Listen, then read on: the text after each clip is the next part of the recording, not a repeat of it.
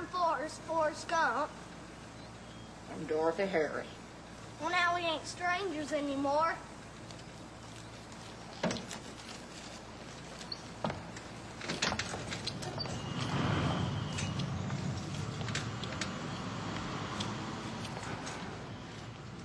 Slate's taken. Taken.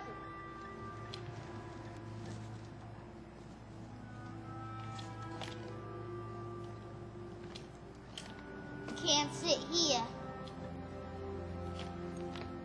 You know, it's funny what a young man recollects, 'cause I don't remember being born. I don't recall what I got for my first Christmas, and I don't know when I went on my first outdoor picnic, but I do remember the first time I heard the sweetest voice in the wide world. You can sit here if you want. I had never seen anything so beautiful in my life. She was like an angel. Well, you're gonna sit down, aren't you?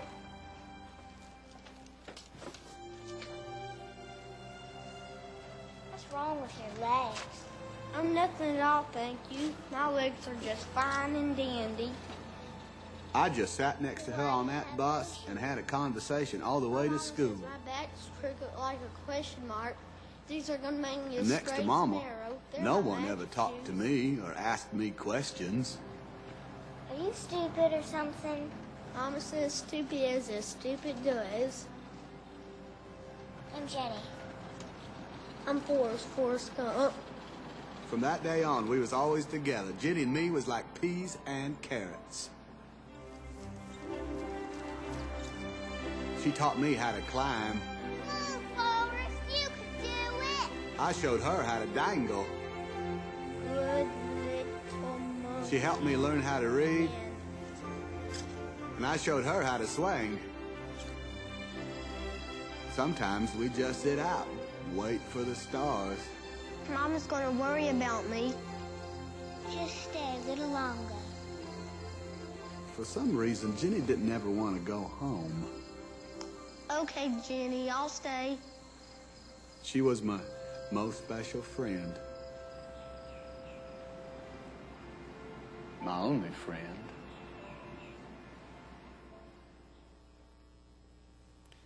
Can you remember a time when you felt that there seemed to be no room for you? You know, wasn't necessarily on a bus. Maybe it was in the office. Maybe it was at school. You know, was there a time when you just felt like you didn't fit in?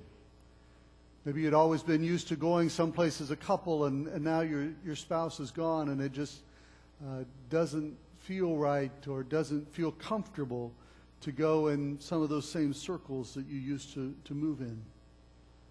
You know, unfortunately, some people go to church and find that it's not always the most friendly place.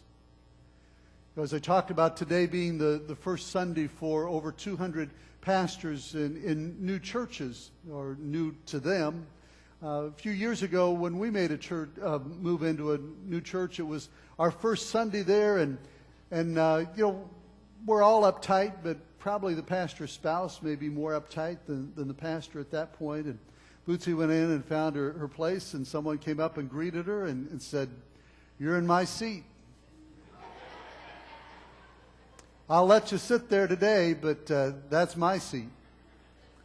Well, he was maybe half joking, but the half that wasn't joking, you know, didn't make her feel welcome at all. You know, one of the things as a pastor that breaks my heart is as I come into the sanctuary on Sunday morning and see a new person, or maybe even someone who's been a part of the church for a long time, sitting on a pew by themselves, and someone else chooses to sit down on a pew by themselves. You know, even if you're sitting down, it's okay to move. You know, to connect with one another, to help them to feel welcome.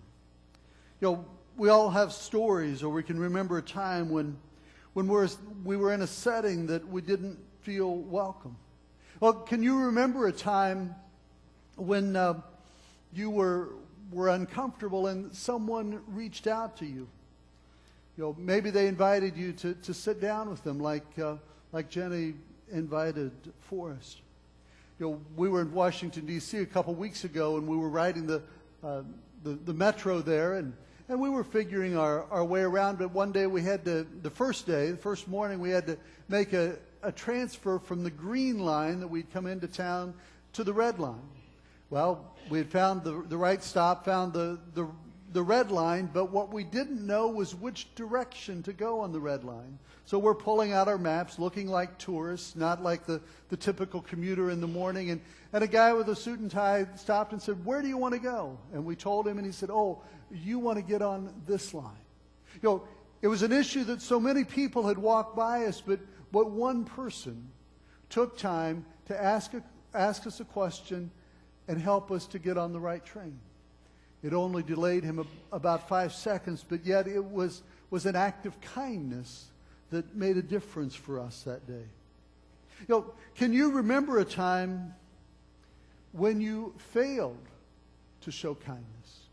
You had an opportunity to invite someone to come and sit with you. You had an opportunity to make room for someone, and yet for whatever reason, you didn't do it. As followers of Christ, we are to be known by our love. And in 1 Corinthians, last week we talked about the fact that Paul said, you know, love is patient. You know, that patience is not something that we're necessarily to show with circumstances, but patience we're to show with people. Well, this week we're going to talk about another characteristic of what Paul says love is. He said, love is kind. You know, not only in 1 Corinthians 13, but also in Paul's letter to the church at Colossae. He wrote, "Therefore, as God's chosen people, holy and dearly loved, clothe yourselves with compassion, kindness, humility, gentleness, and patience. Bear with each other and forgive whatever grievances you may have against one another. Forgive as the Lord forgave you. And over all these virtues put on love, which binds them all together in perfect unity."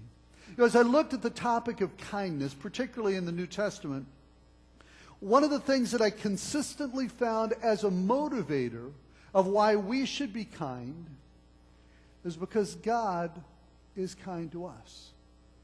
Because of God's forgiveness, we should forgive others. Because of God's compassion, we should show compassion to others. Because of God's kindness to us, we should be kind to others. You know, the Bible even says that God's kindness can lead us to repentance.